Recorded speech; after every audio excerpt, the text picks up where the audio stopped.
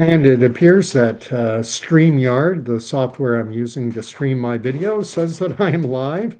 Candy seems to know I'm live.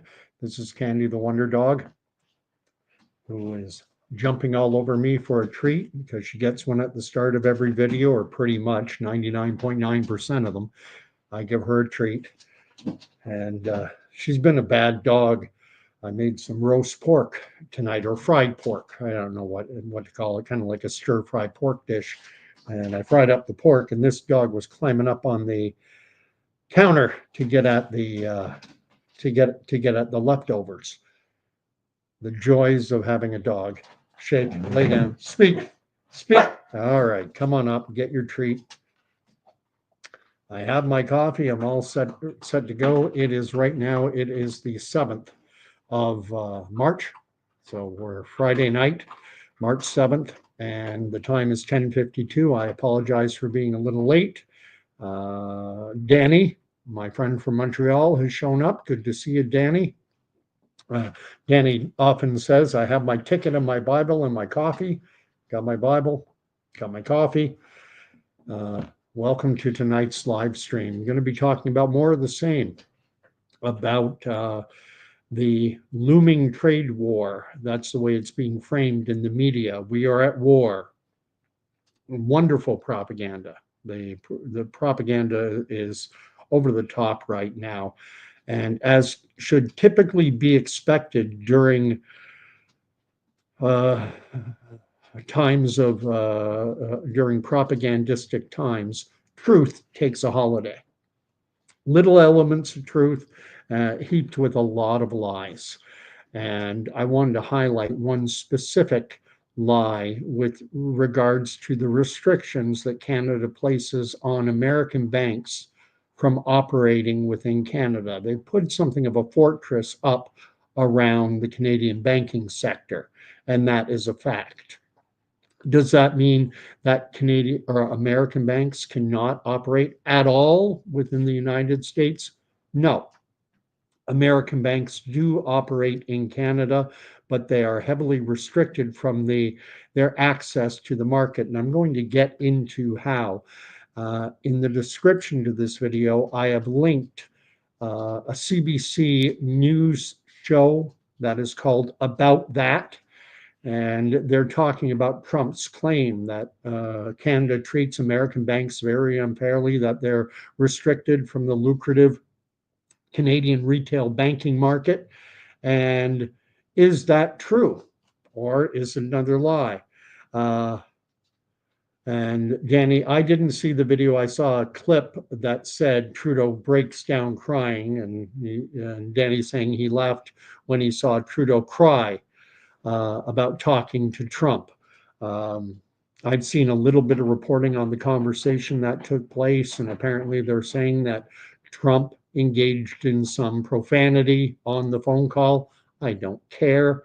I've been in business meetings before, and I know that F-bombs get thrown around. As a matter of fact, I can recall one instance where I myself engaged in dropping a couple F-bombs to make a point.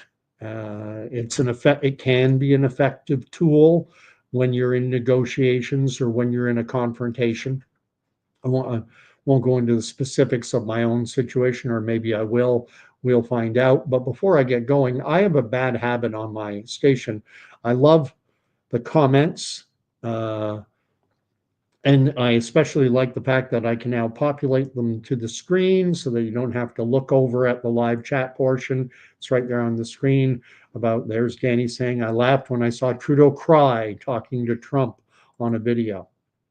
I love that. But then what happens is I start talking about a specific topic, and then I look at a comment, and then I don't come back to my point.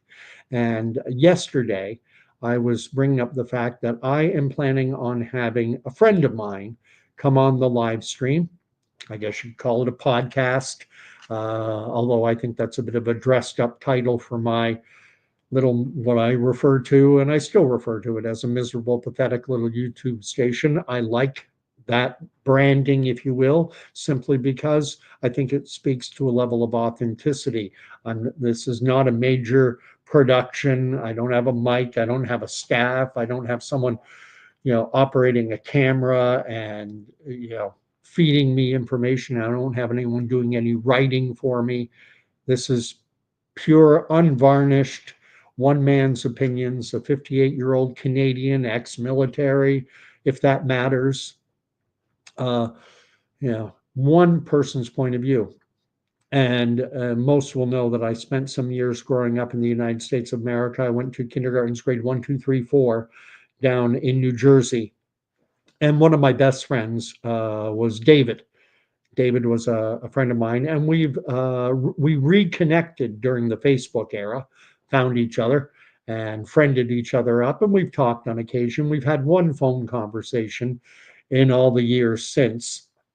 And it's amazing because I last knew David when I was 8, 9, 7, 8, 9 is when we were friends. Grades like 2, 3, 4. And then we moved away, and I didn't see him again until I was 13, or in and around 13. Our family went back to it for a visit to Glen Rock, New Jersey, this town I lived in. And I went knocking on David's door, and he was wonderful. I borrowed his brother's bike. We tooled all around town, and I didn't have to hang around my family. I got to hang out with a friend of mine. And it was interesting times. It was interesting times because back when I lived in New Jersey, my hair was cut like a Marine, what you call a box cut. I had hair back then, and it was parted to the side and very trim and neat. But by the time I got into grade 7, 8, I let it grow out down to my shoulders. But David, when he and I were friends, we both had very short hair. And I remember the first thing he said to me upon reconnecting, I went, David, it's me, Gordon Causey. And he goes, oh my gosh, you got long hair. I'm like, yeah, I got long hair. I let it grow. Anyway, I have been communicating with him about coming onto the live stream, and he has agreed. And right now, we tentatively, because he's just an ordinary average guy like myself. He now resides in the great state of Texas, and he's going to be coming on the live stream, hopefully, if everything goes well, Sunday evening. We've targeted 9 p.m. Eastern time, my time. That's 8 p.m. in the great state of Texas. So we're going to be talking about the political landscape. I don't know how tuned in David is to the Canadian political landscape, but I'm certain he's aware of what's going on vis-a-vis President Trump and everything that's going on with respect to trade relations between the two countries. So, regular viewers and anyone else, set that date aside if you can. This coming Sunday, I think today's the 7th, 8th, 9th, I think that's the 10th. Have checked my calendar. I'm not. Nope, Sunday the 9th. Sunday the 9th at 9 p.m. Eastern Time, 8 p.m. Central Time. And I guess it would be 6 p.m. if you're out on the West Coast for guys like Whale Oil and others who are out in British Columbia. Anyway, let's get on to the banking situation. I was watching that video of CBC's news program called About That, and they appeared to be debunking this notion that American banks are restricted from the Canadian marketplace. And they admitted in their own reporting, and I'm going to read for you word for word what they said at the video, the segment on the banking situation was over 9 minutes long, and it's not until about the 8:35 mark when they get to the brass tacks. And the gentleman presenting the news says, so here's the bottom line. This is a quote verbatim, word for word of what they reported. So here's the bottom line. Can you make the argument that restrictions here in Canada prevent full competition between domestic and foreign banks? Yeah, the facts say you can. So Trump is not lying. There are restrictions being placed on American banks operating within Canada. I'll get into the details of why later. I'll read the rest of what they say. But the bigger reason we don't have American banks on every street corner, quote unquote, probably has more to do with market forces than regulation. Well, I would dispute that because Canadian regulations stipulate that a foreign based bank, like an American bank, opening up a branch within Canada, that they are basically shut out of the lucrative retail market because they're not allowed to accept customers who have deposits of under $150,000.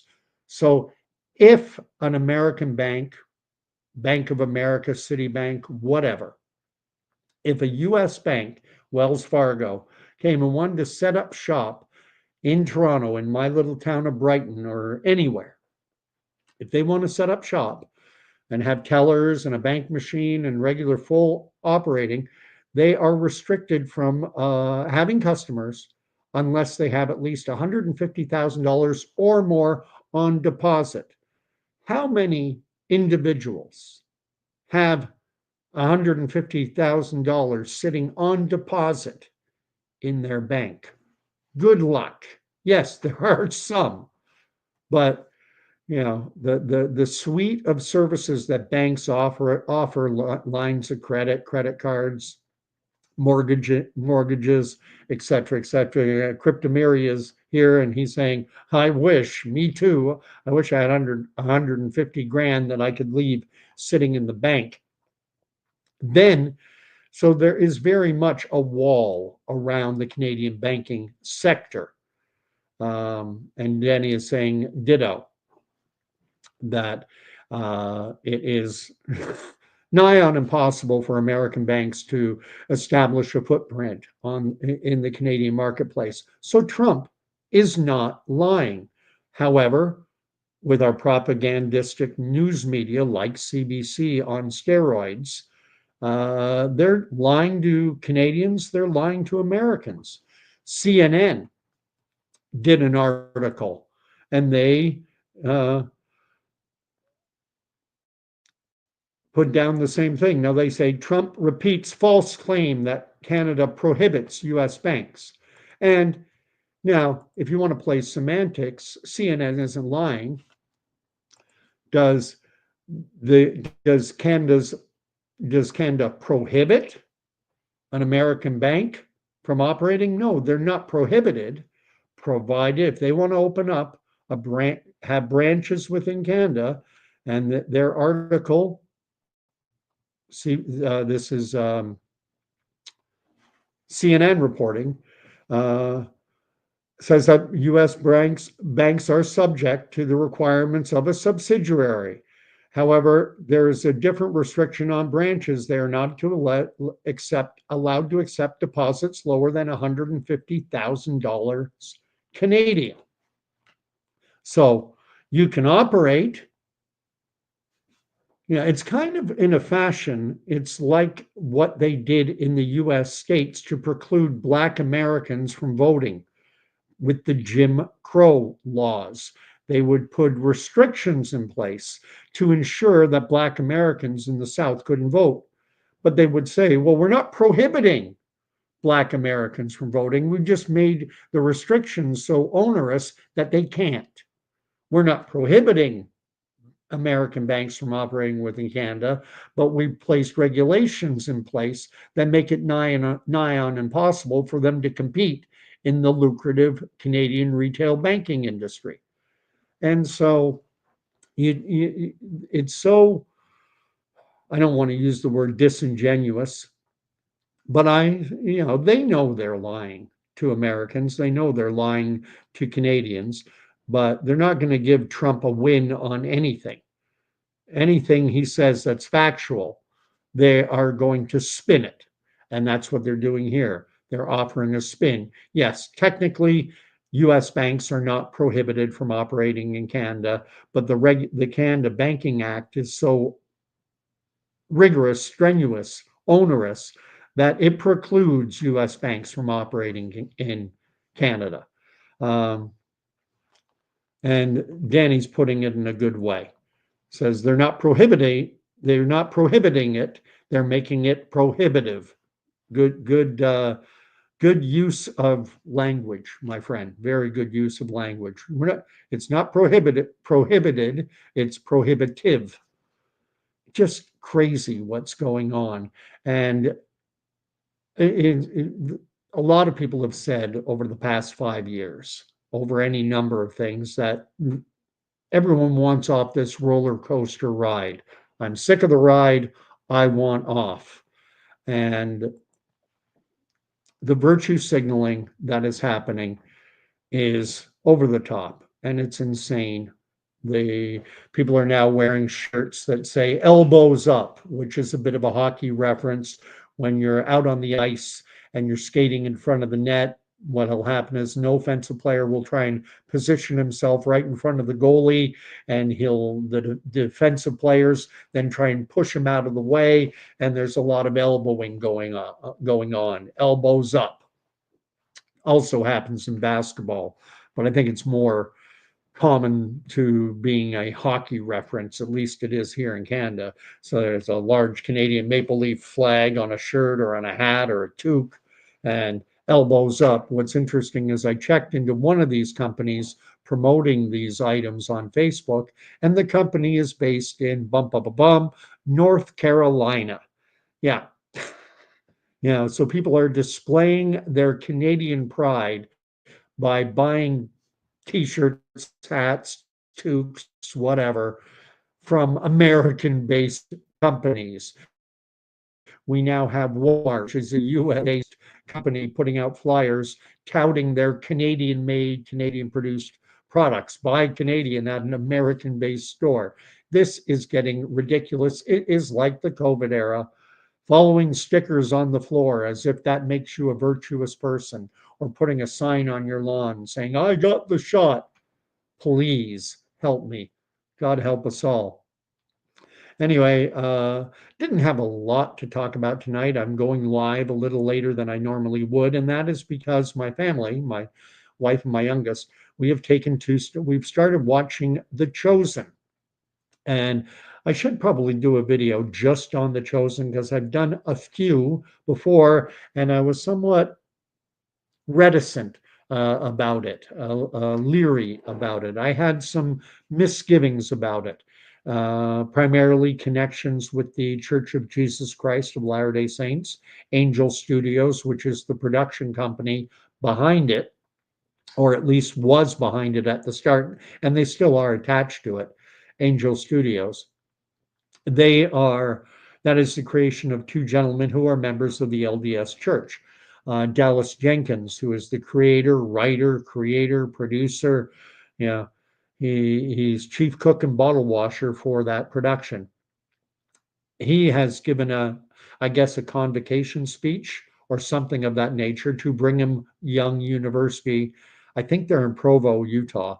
Probably more than just Provo. Brigham Young is a major U.S. school, but it's also attached to the Church of Jesus Christ of Latter-day Saints, otherwise known as the Mormons. And so this connection to Mormonism or Latter-day Saintism has been something of a concern of mine. Likewise, there have been documentary style shows showing the making of The Chosen, kind of a behind the scenes look. So you get to see the cameras and the lighting and the sound and all the equipment and what you don't normally see on camera. You get to see how the making of The Chosen, how it's being done. And one of those shows showed that the sound or camera equipment was displaying the rainbow flag. And that's a little problematic for me. Those who know my station and know my views on all things LGBTQ, XLNOP, et cetera, this never ending alphabet soup of genders and gender identities and sexual orientations. Every time a guy gets sexually turned on by a toaster, they have to add a new letter and a new color to their flag. But at the same time, I have to recognize I'm a broken, fallen individual. We live in a broken, fallen world, and nothing on this side of the veil, nothing that humans produce, nothing that mankind puts out there is ever going to be divinely perfect, obviously. And so I have to ask myself, is The Chosen, is a show like that, is it doing good or not? And I've watched now all of season one. We're about halfway through season two, and I have yet to see anything that gives me a lot of concern. I found it to be genuinely uplifting. I find a lot of the depictions are very poignant. And I think Dallas Jenkins, the creator, is a very skilled individual in terms of putting content out. And again, it's not perfect, but nothing is. The Godfather, a movie I enjoy.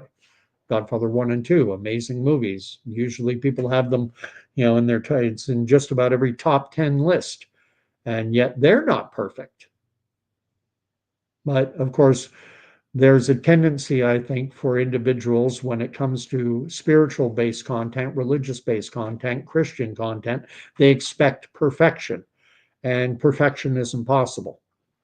Anyway, um, Danny's saying that he got the Chosen app so I can start watching it too. The first season is available on YouTube. You can watch all 8 episodes on YouTube. You don't have to download the Chosen app. However, for seasons 2, 3, 4, 5, that's as far as they've gotten.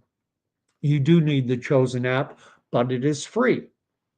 So the only thing is when I download an app, which I have onto my laptop because I don't watch on the phone, because I don't have a phone, is what concerns me is tracking, is data collection, is my data being sold, and is that a revenue stream for The Chosen? I don't know, but I would not fall off my chair if they are collecting data, because everything's got cookies and they track your internet habits, and then that information can be packaged and sold. This is the world we live in. We live in the surveillance state, whether you like it or not. Let's see what Danny's saying. I saw a great interview, Jonathan Rumi, Stories from the Set of The Chosen. I've watched about half of it. It's Tucker Carlson, yeah. And he's an interesting character, this Jonathan Rumi, and a broken, fallen creature, just like Danny, just like me, just like everyone. We're all broken, we're all following. And I've watched about half of that interview so far, and it is enlightening. Uh, there's a tendency often, apparently, Jonathan Rumi comes from, and this is the actor who plays Jesus in The Chosen, and he was also played something of a hippie character in the movie Jesus Revolution, the one that starred Kelsey Grammer, or Grammer, I think is how you pronounce his name, Fraser Crane, famous for that role primarily. And this Jonathan Rumi, what he comes from a mixed bag. His background is very much a mixed bag, and he has some connection to the Eastern Orthodox Church, but then later gravitated toward the Catholic Church. And no church is perfect. No church, every denomination's likes to poke holes at another denomination.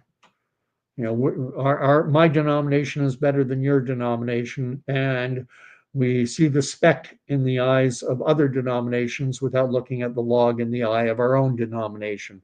And I speak of the fact often that in John, the Gospel according to John, chapter 17, there's something of what I call a unity prayer, where Jesus, before going to the cross, exhorts, he wants his followers to be united, to be as one, as as Jesus is in the Father and the Father is in Jesus, as the Father and the Son are united and are one, so too Jesus wants his followers to be one body. And yet that is not what we have in the world today. We have everyone sniping, and I'm guilty of it. I'm guilty of sniping. You heard I do have issues with the Latter-day Saint Church, the Mormons. I do believe that Joseph Smith was a false prophet, but at the same time, Mormons do acknowledge that Jesus Christ is the Son of God, and they do proclaim him as Lord and Savior. Now, the rest of their theology, I'm not going to get into it now, but I do have issues with it. But how do most people come to their faith? They come to it either they are born into it or they are evangelized into it. And whether it's a Southern Baptist evangelical or a Pentecostal evangelical or an LDS evangelical missionary proclaiming the good news, they all believe they're spreading the truth. And people come to believe that that is the truth. And yeah, Jesus will sort it out. He called on his disciples to be fishers of men, to gather them up, gather everyone. And then Jesus will sort us out, separate from the goats from the sheep, go through the fish and decide which are the good fish and which are the garbage fish. And we want to pray that we're good fish, that we're sheeps and not goats.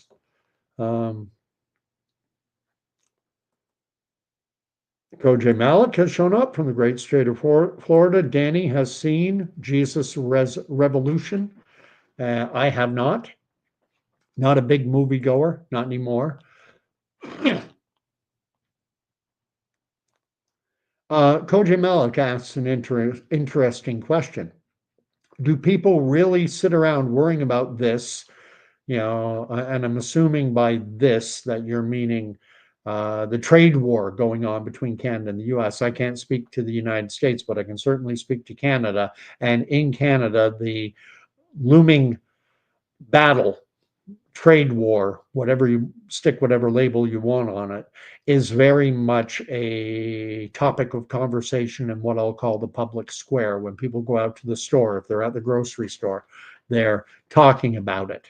They're talking about it. They're trashing all over Donald Trump. They're repeating exactly what they hear on the nightly newscast. Not everyone, but those who are the boldest, those who are the most outspoken are, and I'm a bit of an outlier because I'm willing to wade into the conversation as a contrarian voice who says, I don't believe what the media is telling you. And their heads blow, quite literally.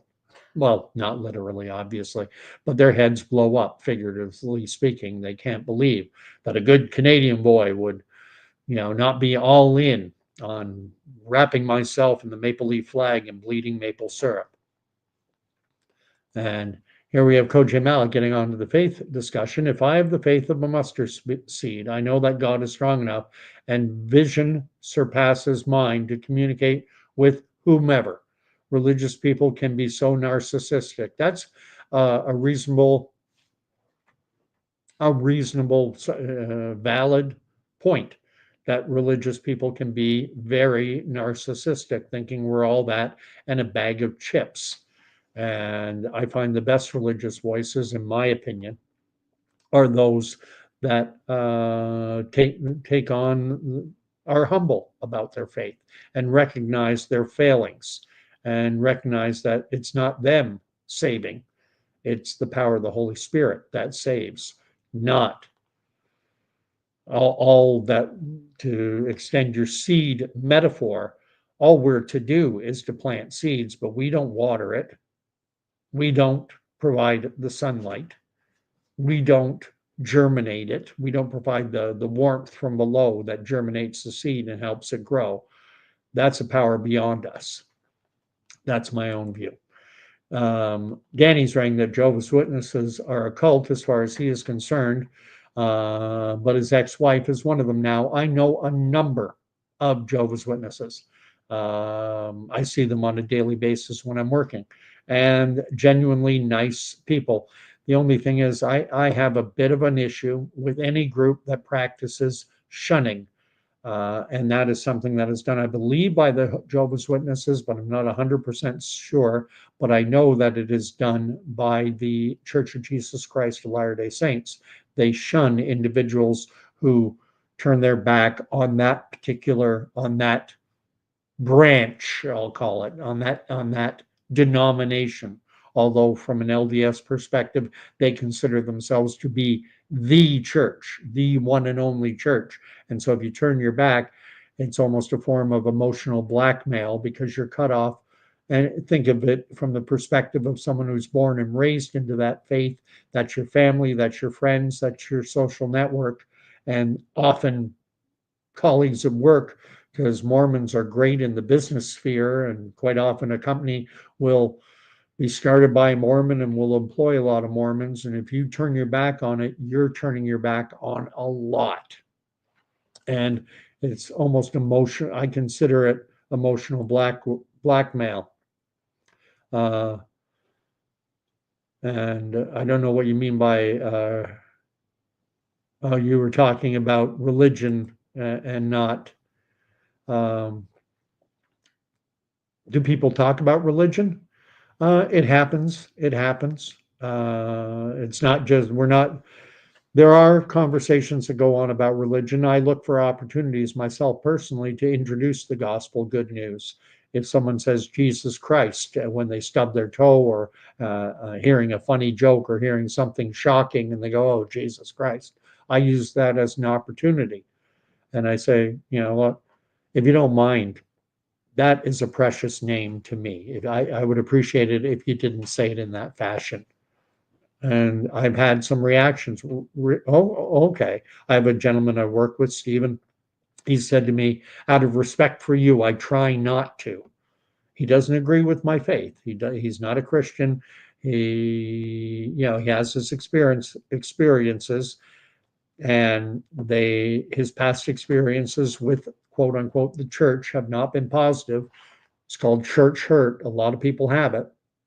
And so, but he's respectful of me and tries to avoid saying it when shocked by something.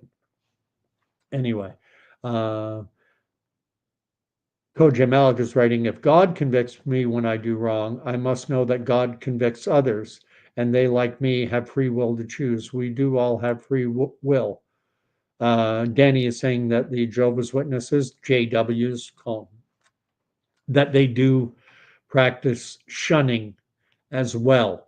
And I would like to know, I've got to dive into it, I guess, and do some research into whether or not there's any biblical justification for shunning. Certainly, and I don't worry so much about the Old Testament, more about the New. Is there biblical justification in the New Testament for shunning? And perhaps there is something around which people do practice it. But at any rate, it's going to be a short video tonight. I mean, I've started going over an hour and a half, but I don't really have much new to say, other than the fact that this trade war. I think we're in the early stages of this battle. We have now been given something of a reprieve until April 2nd, and that's when the tariffs are poised to hit broadly. And we've already had one 30-day pause. And now this is another pause till April 2nd. And when we get to April 2nd, will there be yet another pause? And in a fashion, I'm almost like, bring it on. Let's just if you want to call it a trade war, fair enough. Call it a trade war. Let's go to town. Let's have at it. Canada, Trump has made accusations that Canada has put something of a wall around our dairy industry, and that's 100% true. We have what are called marketing boards in Canada, and they protect the Canadian dairy industry. It allows these dairy boards to set prices very much like a cartel. It's what they are. They're the dairy cartel in Canada, and it is prohibitive for American companies to enter the Canadian dairy space and to sell their products in Canada. And yet we want full access to the American market. I mean, we are the junior partner in any trade relationship because the American economy is 10 times bigger than our own.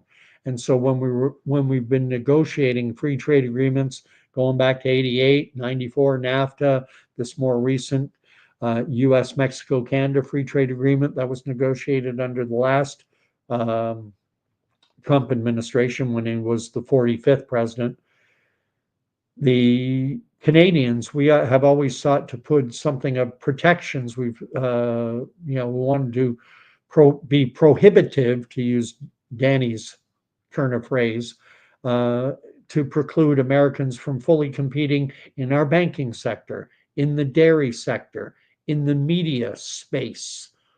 Wanted to put something of a hedge of protection around certain industries because Canada recognizes that with the US economy being more than 10 times bigger than our economy, that we can't compete.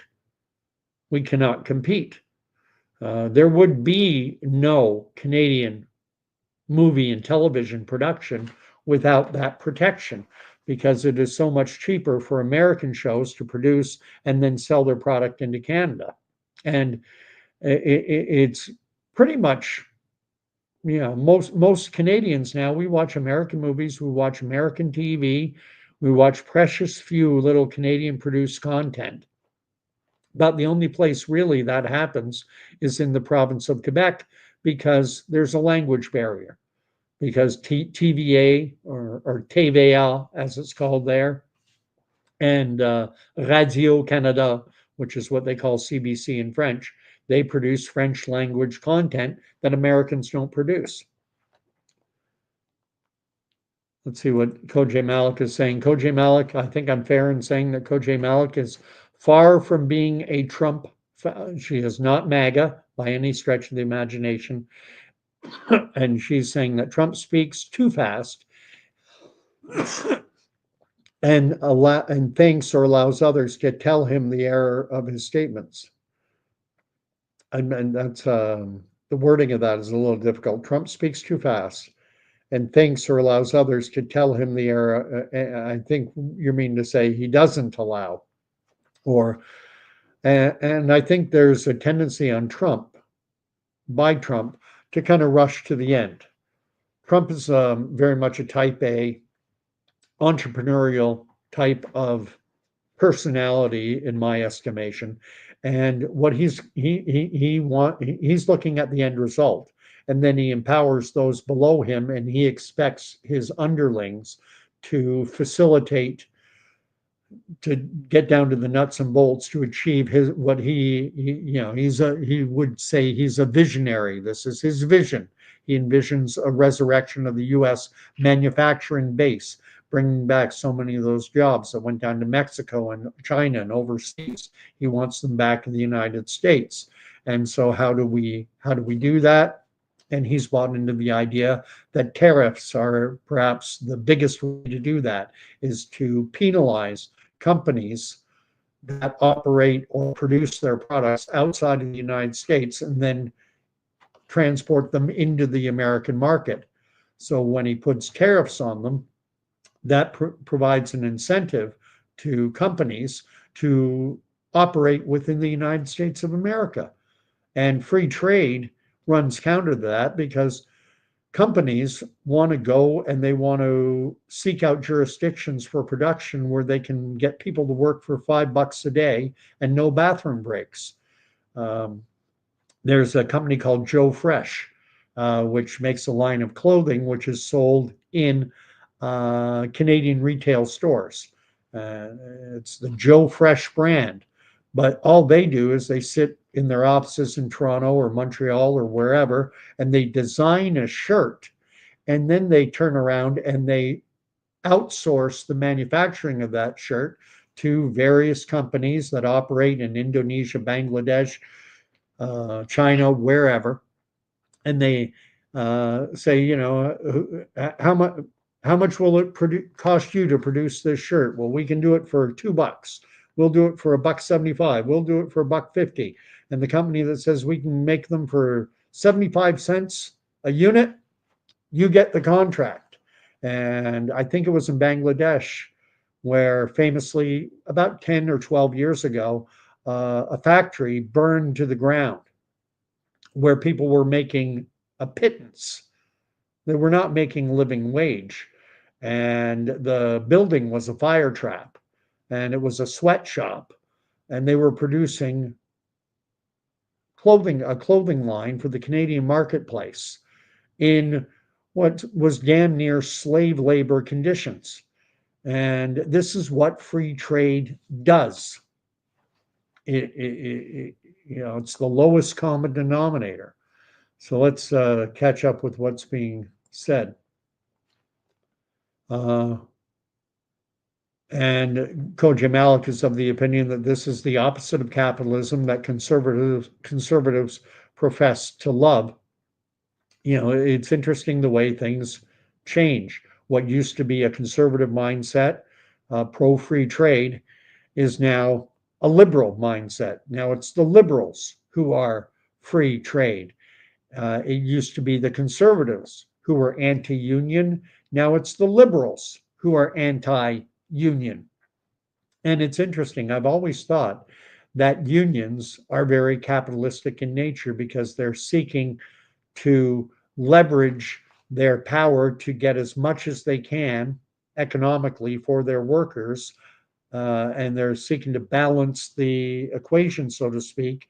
And it's over capitalism. How much profit is the company going to make? That's their capitalistic interest.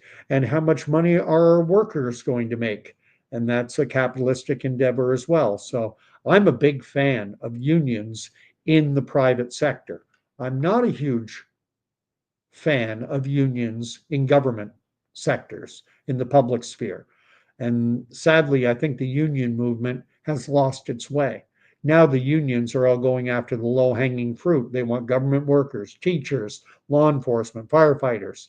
They don't want to go after into the private marketplace and try and organize unions anymore. They're happy just collecting their dues from highly paid government workers, and government is not a profit driven enterprise. Governments do not operate on the profit motive. And yet, most of the union activity that we see in Canada, all the unions we've heard that you hear about daily, OPSU, Ontario Public Sectors, uh, OPSU, Ontario Public Sector Employees Union, QP, Canadian Union of Public Employees. These are the big unions in Canada, and they're all for government workers, and government isn't there to operate at a profit. And like Coach Malik, all Canada has to. Hey, we're a pretty entertaining country. We got lots of entertainers. Michael Bublé, um, well, Jordan Peterson, but he's not an entertainer so much, although there is an entertainment aspect to what he does. But then we also have Russell Peters, one of my favorite comedians. I would invite you to check out is Sugar Sammy. He's hilarious. We've got a lot of entertainment. We have had some good Canadian shows on television. There was Corner Gas for a number of years, although now the media landscape has become so fragmented that you don't have mainstream shows anymore. With everything switching to the online platform, there's no broad-based show anymore. There's no Seinfeld, no Friends, no Big Bang Theory that everyone's watching. Now you have shows for teenage girls, a show for teenage boys, a show for 20 something men, a show for 20 something women. And the market has just become so incredibly fragmented. And that's unfortunate because what it does is it's divisive in nature, and it highlights the differences between people rather than drawing people together. And it's just an unfortunate reality of our times. I've got Danny writing that the King James version of the Bible um, only uses shunning vis-a-vis evil. All evil must be shunned. The Bible advises us, do not be wise in your own ways, fear the Lord and shun evil. But then when you take on we are God, We are God's holy representatives. And if you turn your back on us, then you are embracing evil. And you can extend it that way. Koji Malik writes, somebody gets in his ear and says that might not be good. Oh, talking about Trump, I'm sure. Yeah, I think there's a tendency, I think, on Trump's part to very much want to get to the end fast. Give me something quick, simple, and easy, and he runs with it. And I think that's part of the attraction, why he's as popular as he is that because he's willing to go off script and he's willing to speak what's on his mind at the moment, and he's not just regurgitating the same talking points over and over that are handed to him by political consultants, by advisors. Just only talk about this, only talk about this. And pardon me for swearing, but I like to warn people before I do. It's a mild swear, but Trump is 100% a shit talker. And that's part of his appeal, for better or worse. And I think there is a positive aspect to it. And yeah, there's a negative side. Sheriff of YouTube has shown up. Everyone's saying hi. Now we have Koji Malik saying Trump is stuck in the 80s like his James Spader hairdo. Never thought of him in terms of having a James Spader hairdo, but it is something like James Spader. The thing that gets me about Trump is he's, I think, 77 or 78 years of age, but I don't look upon him as a 77, 78-year-old. I still see him as being mentally sharp as he was in his first term. He sounds the same as he has for the last 20, 30 years. Mentally, with Trump, you looked at Trump, or not Trump, rather with Biden, you looked at him and said, oh, there's an old man. And so some were suggesting by that, his wife keeping him in the Oval Office, that it was elder abuse. And I have some sympathy for that argument. He, should have been in not a convalescent home maybe, but a retirement home somewhere, having trouble keeping up with the bingo card.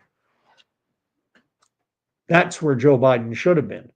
But Trump, I don't view him that way. When he can sit down and do a 3-hour podcast, was that faked? I don't think so. I think he sat down there and just, had a freewheeling conversation with Joe Rogan for like 3 hours. I don't think Biden could have kept that up for 10, 15 minutes. He would have fallen asleep. So anyway, and there, Danny's telling me Joe Fresh is Loblaw's underling. I thought so. I thought it was because Loblaws is primarily the Weston family. It's their grocery chain brand, but they have a general merchandise section in a lot of their stores that sells everything from clothing, games, household items. They're kind of like a Walmart in a way, but a Canadian version of Walmart. And Koji Malik says that no conservatives are advocating for unions. I don't know about that. The conservatives are the ones I see attracting the factory floor, the auto workers, the steel workers, the miners. Whereas the liberal side of the aisle, or in the United States, the Democratic side of the aisle, is doing everything to push mining overseas. We don't want high-paying mining jobs in Canada or in the United States. We don't want high-paying steel, worker jobs in the United States. Send that over to China. Let the Canadians do that. Let the Mexicans. We don't want those jobs here. It strikes me that they are. Koji Malik's writing that unions are a business, and when nonprofits or any entity becomes more interested in making payroll, it overrides the good intent of its creation. And what else is she saying? There was a Trailer Park series. Yes, Trailer Park Boys. Bubbles and Julian and Ricky, Bubbles, and Julian. I never really liked it, to be honest. But we also had another show, and these were streaming shows.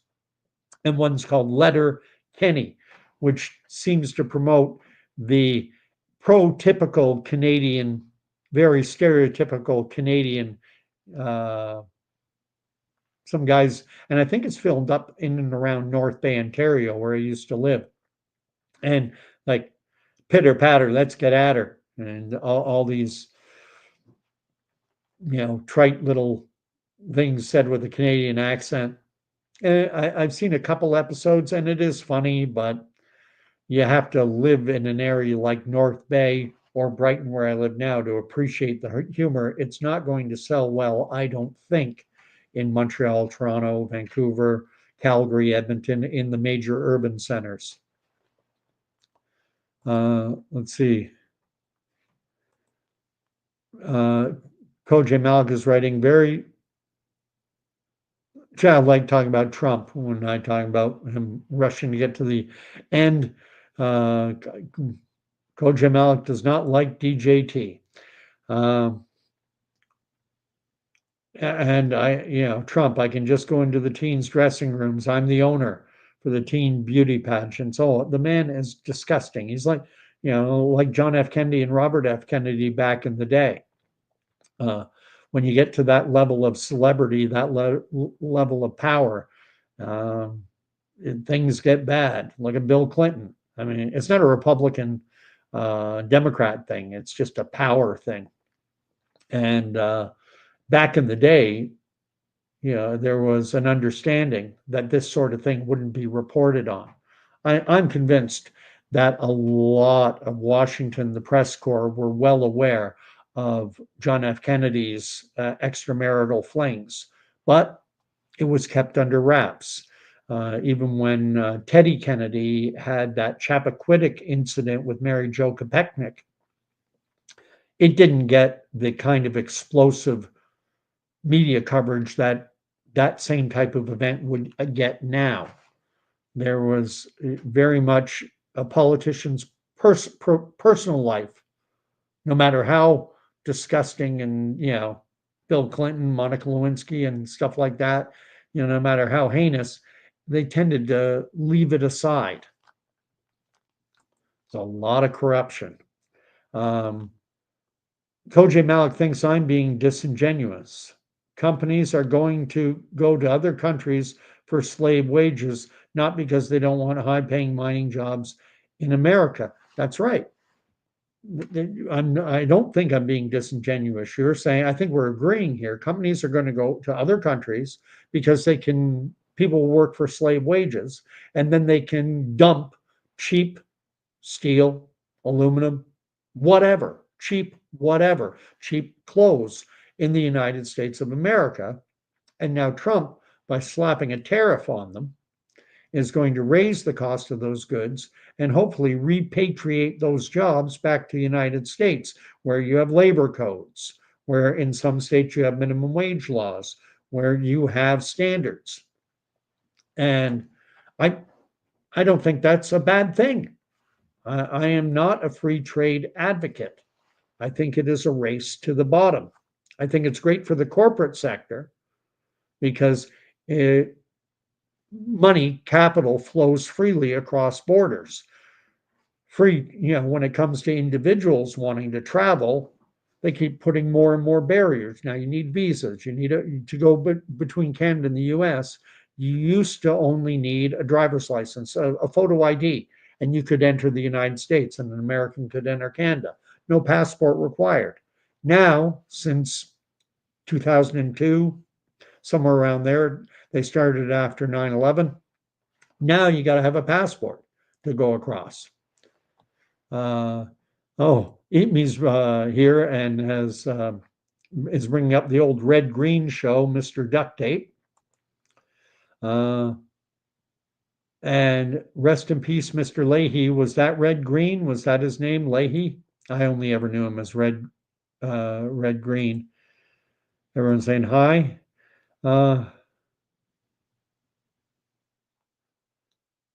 Koj Malik, aren't you conflicted with your religious views and liking this man?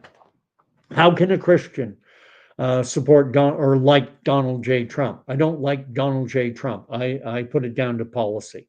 I don't like Donald J. Trump, the man. I like some of his policies. I like the fact that he canceled the Trans-Pacific trade deal. I like that. I can divorce that policy from the individual. I make there's a distinction for me, Coach Malik. There's the man, and then there's the policy. And I'm judging the policies. I like the cancellation of the Trans Pacific trade deal in his first term.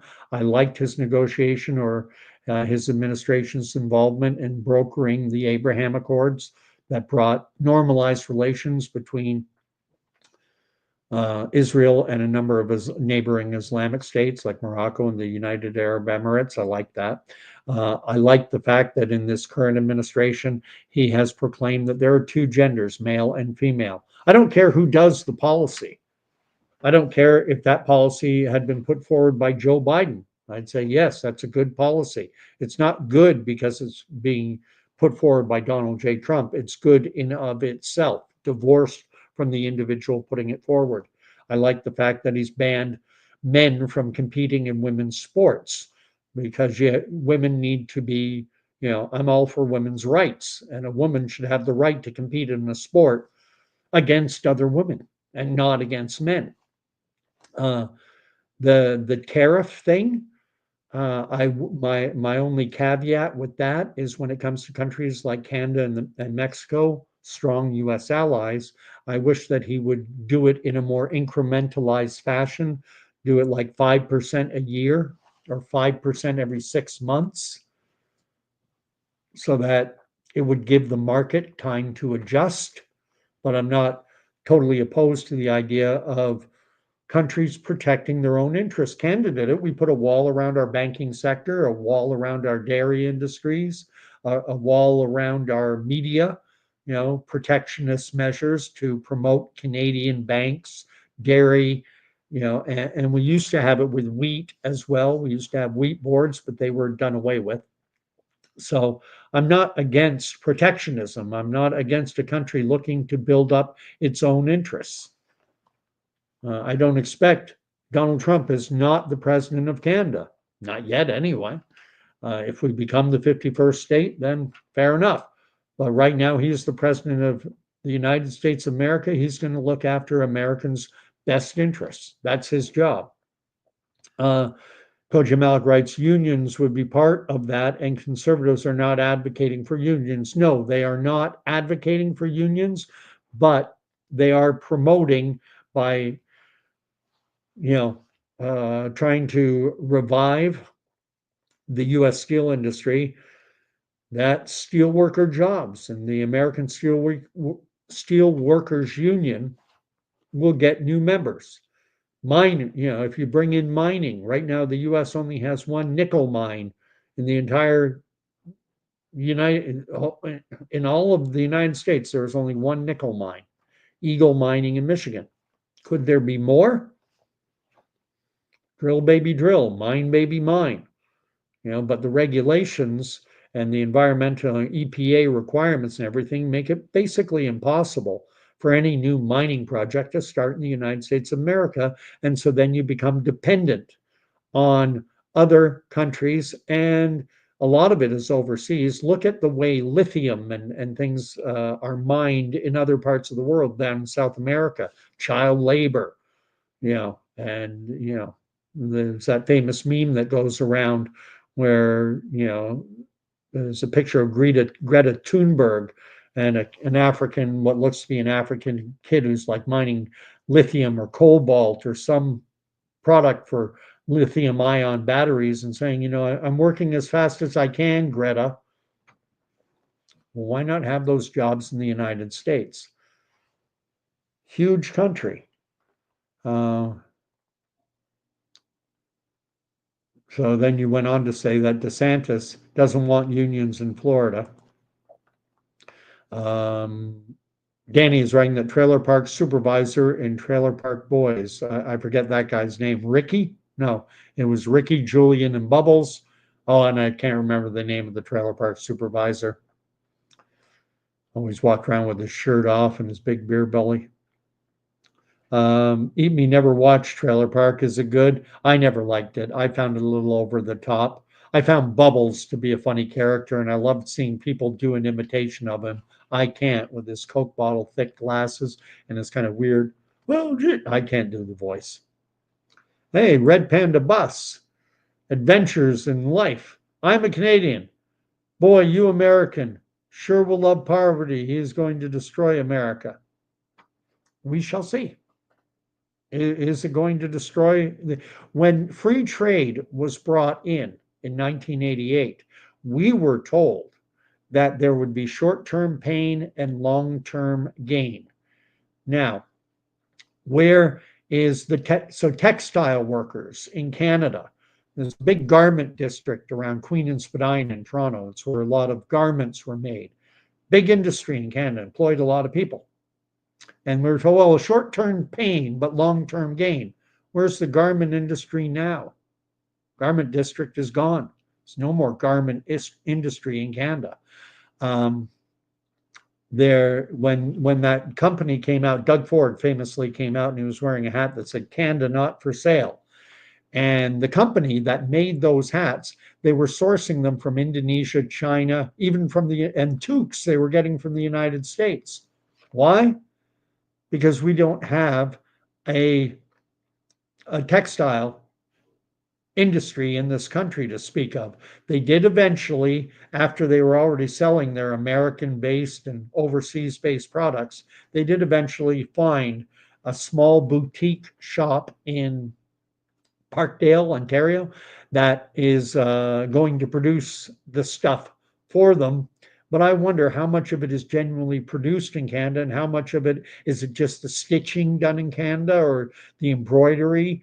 Is the product actually made in Canada? That's an open question. I don't know the answer, but I do know, based on the reporting anyway, is that their initial runs of product for all those toques and hats and t-shirts saying Canada not for sale, they were coming from Indonesia, Bangladesh, China, and the toques were coming from the United States. You talk about irony. We're in supposedly a trade war with the United States, and we have a toque that says Canada not for sale, and it's being promoted because we're going to a trade war with the US. And where were those toques made? In the United States. You can't make this stuff up. It's crazy. What else is he saying? Red Panda is saying that US banks are alive and well in Canada, not retail banks. There are no retail banks operating in Canada because we've put protectionist measures to prevent them from operating in Canada. It's prohibitive. US banks, if they want to open up subsidiary branches in Canada, well, they can't accept deposits unless they're $150,000 and up, which basically blockades American banks from operating in the very lucrative retail banking sector where you're offering mortgages, lines of credit, credit cards, things like that. Well, sorry, Americans, we put a wall around that. So Trump is not lying when he says that Canada prevents American banks from operating retail branch outlets in Canada. Now, Citibank and Wells Fargo, these banks, they offer investment banking services, and but they're not competing with the big five. They're not competing with TD and CIBC and Bank of Nova Scotia and Royal and Bank of Montreal, the big five. They're not competing with them for mortgages or lines of credit or the retail branch banking sector, which is it's probably $1 trillion sector of our economy. And because if an American branch operates here, they'll only be able to take customers who can hold on deposit $150,000 and up. And who can do that? Not enough people to make it worthwhile. So that keeps the American banks from operating in Canada. And I've linked below. You can read it. This is CBC News. This is directly from their reporting, that video that I've linked down below. At the 8:35 mark, they say, so here's the bottom line. Can you make the argument that restrictions here in Canada prevent full competition between domestic and foreign American banks? Yeah, the facts say you can. The facts say you can. So all these bogus fact checkers saying that Trump is lying, they're the one we need to fact check the fact checkers, because the fact checkers lie all the time. The fact checker, remember what the fact checkers said during COVID. If I came out and said that SARS-CoV-2 never came from a bat. It didn't jump from a bat to a human in a wet market. The fact checkers would come out and say that I'm spreading misinformation.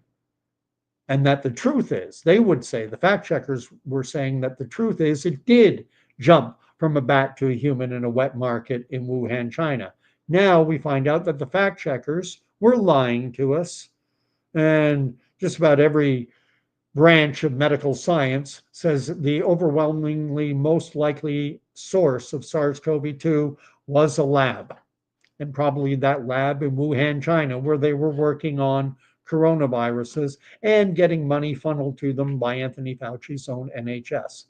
And so, and I can say these things now, but if I said them 2 or 3 years ago, my YouTube channel would get shut down. My videos would be taken down and I'd be suspended for a week. And if I said it again, I could eventually lose my account entirely because the lying fact checkers, they lie. So when the fact checkers are telling you now that Trump is lying about US banks being restricted in Canada, no, it's the fact checkers who are lying. Again, they lie repeatedly. It's propaganda. Danny's saying that Trudeau destroyed Canada. Absolutely did. He's impoverished Canadians with his bogus carbon tax, as if carbon is the big bad boogeyman. Let's see what Code Malik is saying. I think I'm pronouncing your name right since you wrote it out phonetically. The elephant in the world is that Trump wants the United States white demographic.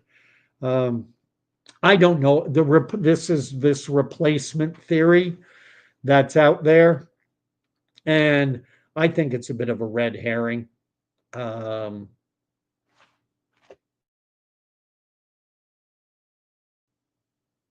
I mean, in Toronto, Canada, there is no one single majority anymore.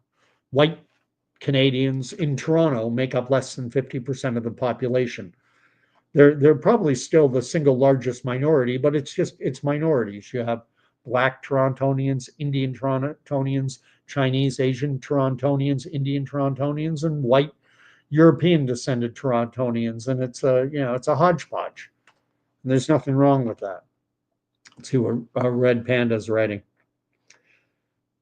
That we will be turning the water, electricity, and gas soon.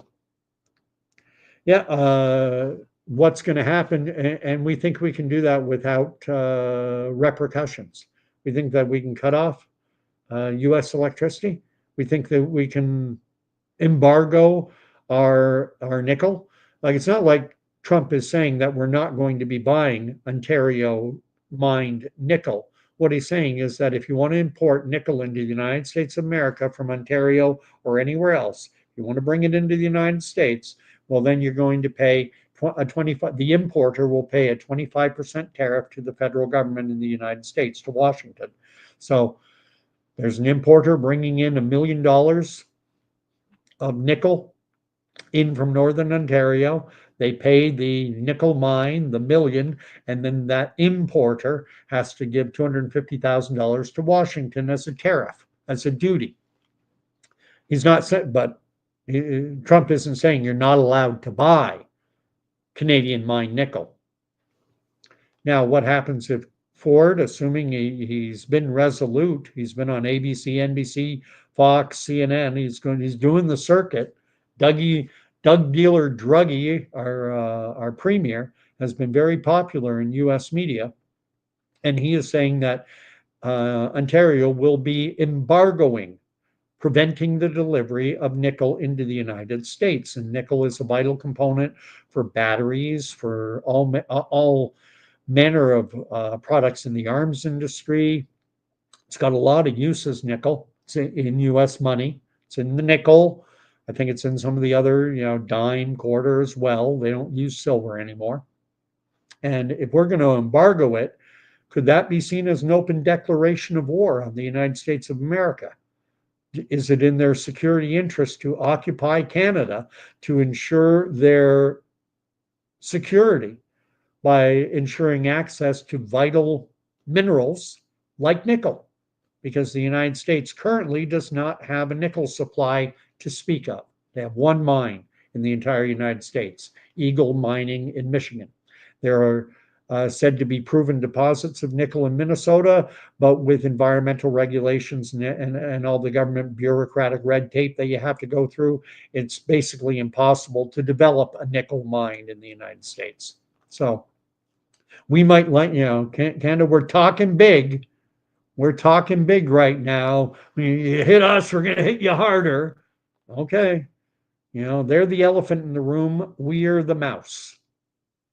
And my argument is we never should have entered into the free trade agreement with the United States back in 1988 to begin with. I'm a classic liberal. I was opposed, along with back then the Liberal Party of Canada under John Turner, the NDP under Ed Broadbent, campaigned vigorously against entering into a free trade agreement with the United States. But Canadian voters gave the Mulroney Conservatives a mandate to negotiate. Well, the deal had already been done. This was just over whether or not it would be implemented. And the Conservatives were returned with a large majority, and we entered into free trade. We ceded our economic sovereignty to the United States, and it was only a matter of time before the political sovereignty followed suit. How much longer is it going to be? The world is changing. The sands are shifting under our feet. Wake up to the new reality. That's all I'm going to say. Red Life is saying, become educated. That's a good thing. You should do some reading. You should get some broader perspective. I would suggest turning off the CBC News. They lie repeatedly. It sounds to me like you watch it every single night and just repeat back what you're hearing.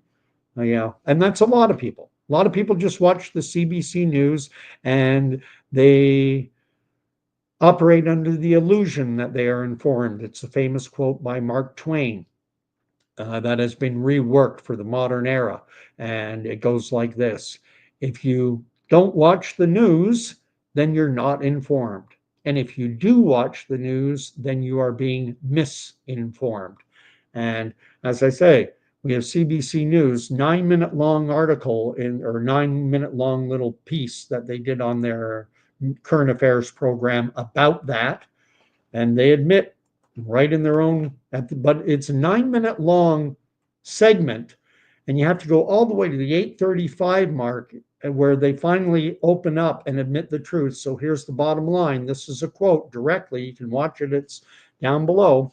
Can you make the argument that restrictions here in Canada prevent full competition between domestic and foreign banks?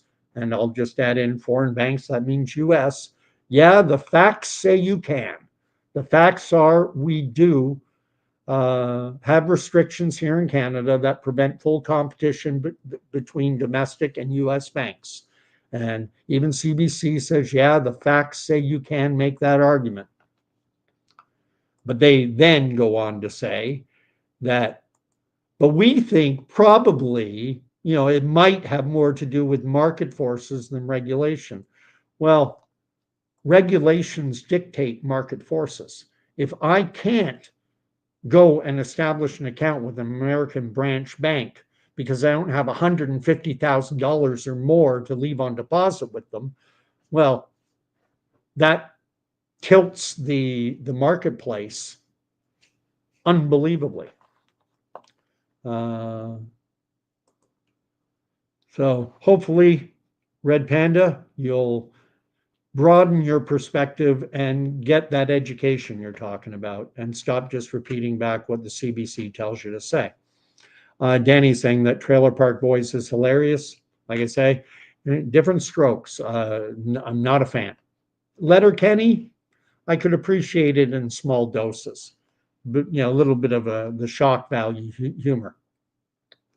And Trailer Park Boys was something of a cult, had something of a, and still has, I think, something of a cult following. They've gone on to do advertisements and all kinds of things. Koji Malik is quoting Marie Antoinette. It was once said, let them eat cake. And now she's redacting it down to let them eat chitlins and soul food. I don't even know what chitlins are, and I'm not 100% sure even what soul food is, except I know it's in Chicago. food that's good for the soul. And I know that's, black-eyed peas and things like that are dishes that are popular in the southern U.S. and some apparently with more prevalent among Black Americans than white Americans. I don't know. I'm an old white Canadian, but whatever the case. Stephen D is just going false. I love that during the speech that Trump gave. These, just dumb false. It's like our own CBC saying that Trump is falsely saying there are restrictions on Canadian banks operating in Canada. But the fact is there are, and they even admit it in their own reporting, but they bury it. They keep it, well, the facts are, yeah, that it's true that there are restrictions to prevent full competition between American and Canadian banks. It's true. But, and now here's the CBS article, but you haven't linked it. And that may not be you, Stephen D. I can give you an article from, I don't know if it'll copy and paste. Let me see if it will. Here's an article from CNN. And they cover it. They report on it in much the same fashion as, yeah, that one, it worked. Man, the live chat is filling up. This Canada US thing is almost like catnip because everyone's getting triggered. And that's a big thing. I mean, if you walked around outside or if you walked around in a store during COVID without a mask on, you triggered people. They'd lose their minds. And unfortunately, that's what happens when people get into emotional states. When people get emotional about things, the capacity to think critically, reason goes out the window, and people just, we resort back into our mammalian, brain. And fight or flight. Yeah. You haven't got a mask on. You're not buying Canadian. Save me. Spare me. But groupthink is huge. And that's why propaganda plays to it, and it plays to emotion. I'm a proud Canadian. And it plays to that because at the end of the day, humanity, we're stupid. And it's not, regardless of the issue. If you can get someone into an emotional state, you can manipulate them. And we are being manipulated like crazy. I'm trying to catch up to where I was on the chat. So I apologize. Let me just, okay, I read that. Okay, here we go.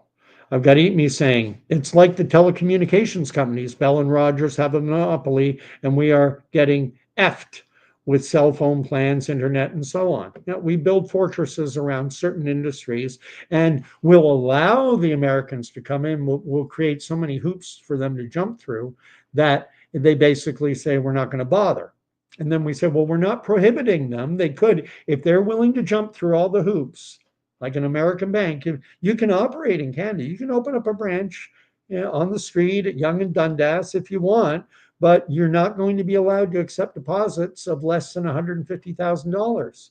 The Americans go, so we can operate so long as we're willing to basically subsidize and make zero money.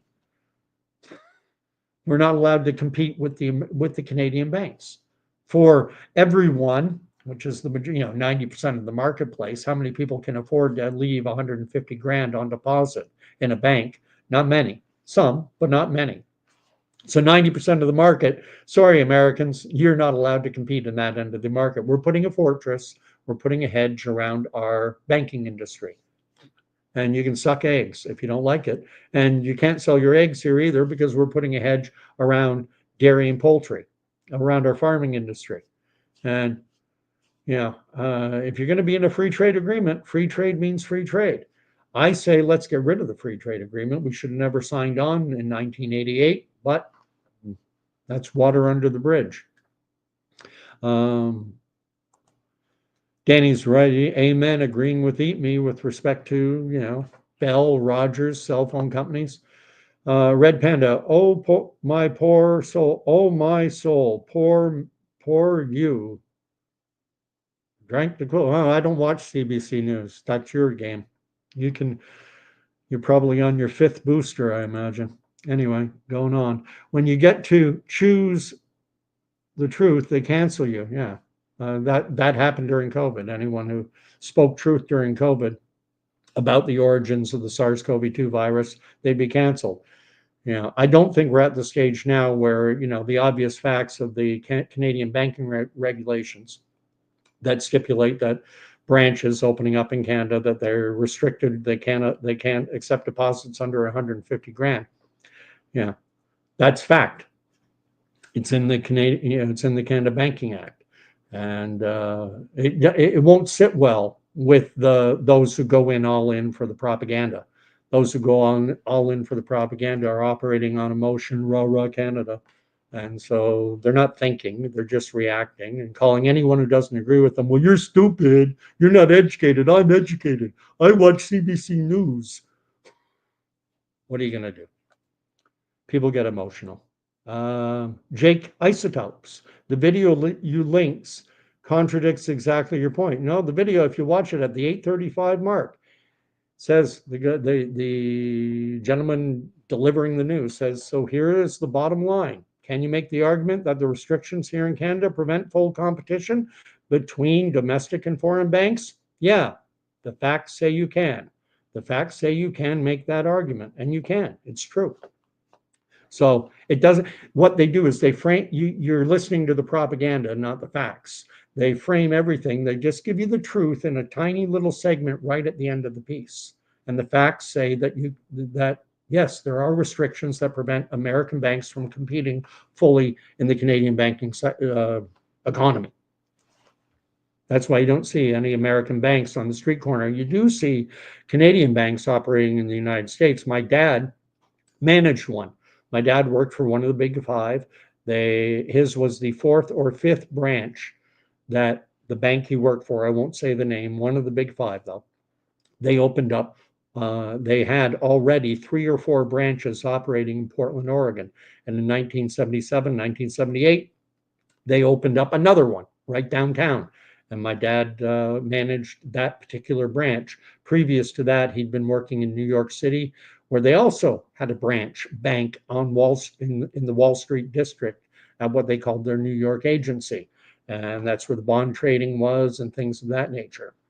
But they also offered, they also had at ground level a branch where you could go in and have a savings account, checking account, get a mortgage, normal retail things. Canada, we prevent that from happening. We don't want American banks operating here. And I understand the rationale. It's because the American economy is more than 10 times bigger than ours. The American economy, not the population, but their economic, their their GNP, their gross national product is more than 10 times greater than our own. Population-wise, they're like 8.8, in around 9 times the size of Canada. We're 40 million. The United States is 340, somewhere around there. Amy's writing at Danny, really pissing me off. In the US, generally a new cell phone through high-end tier with a $50 unlimited internet plan. Oh, it's insane. But I don't have a cell phone, so I don't care. I've disconnected from groupthink, and one of the big ways you do that is by disconnecting from a cell plan, QR codes, and everything else.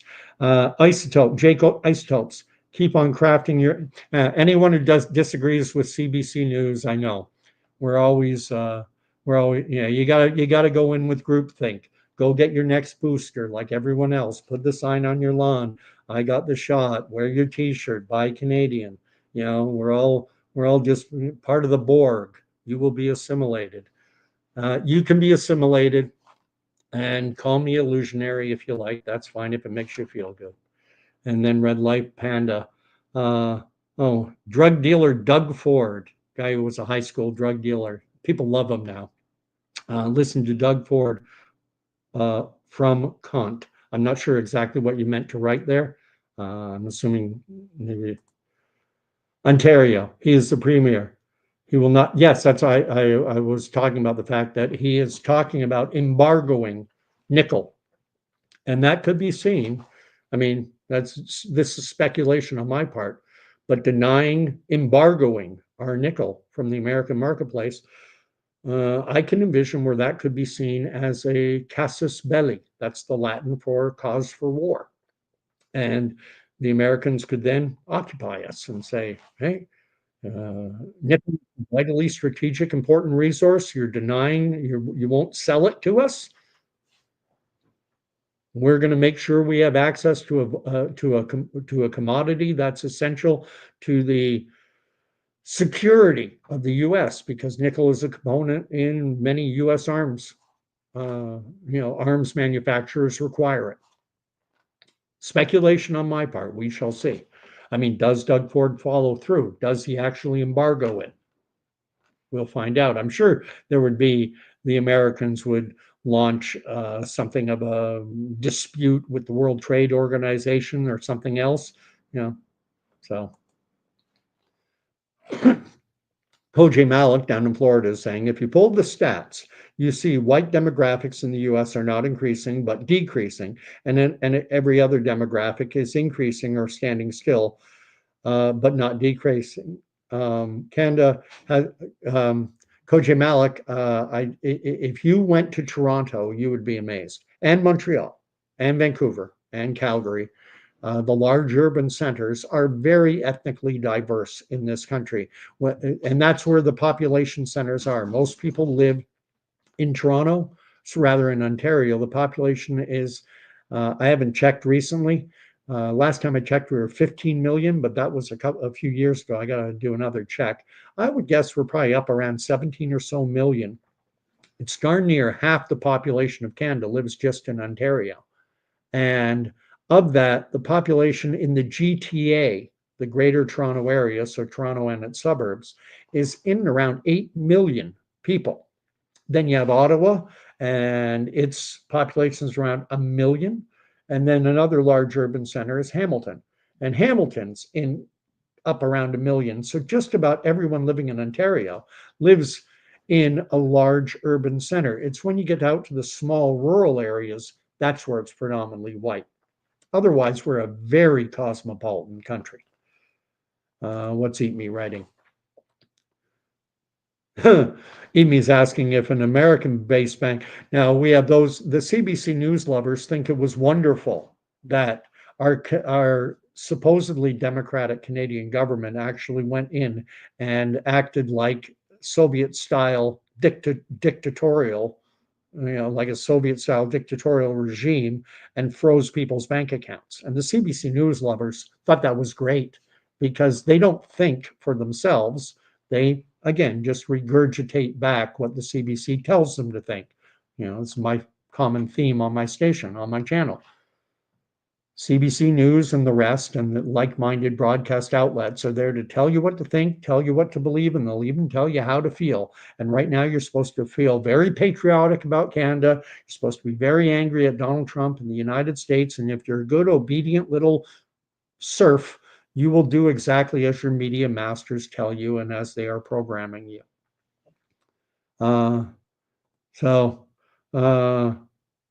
Yeah, it looks like we have gone on a little too long, but whatever, I did enjoy it. And I especially enjoyed the fact that I got some pushback from Jake Isotopes and Red Panda.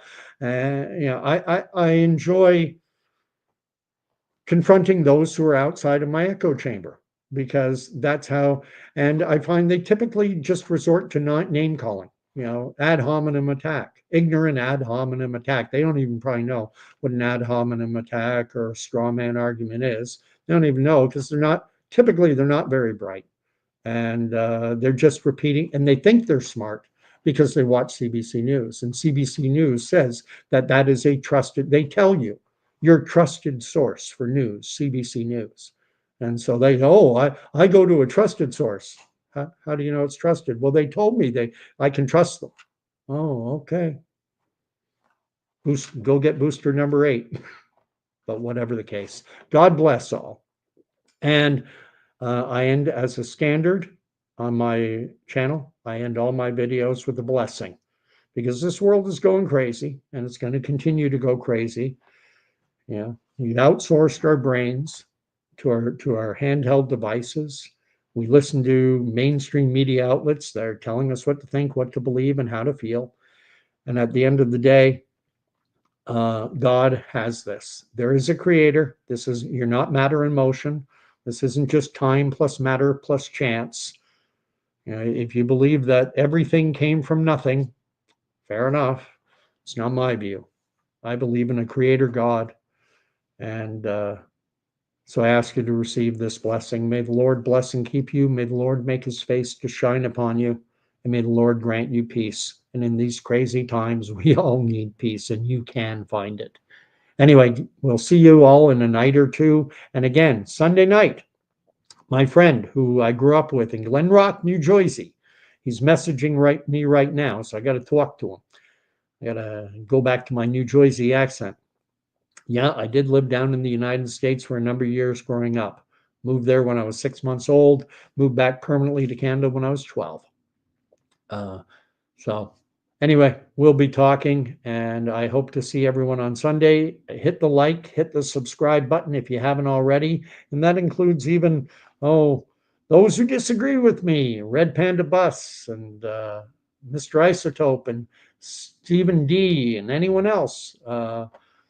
If you don't mind being triggered by someone who doesn't go along with the nightly news narrative, didn't believe that Iraq had weapons of mass destruction, didn't believe in the Vietnam War domino theory garbage that killed 50,000 American servicemen.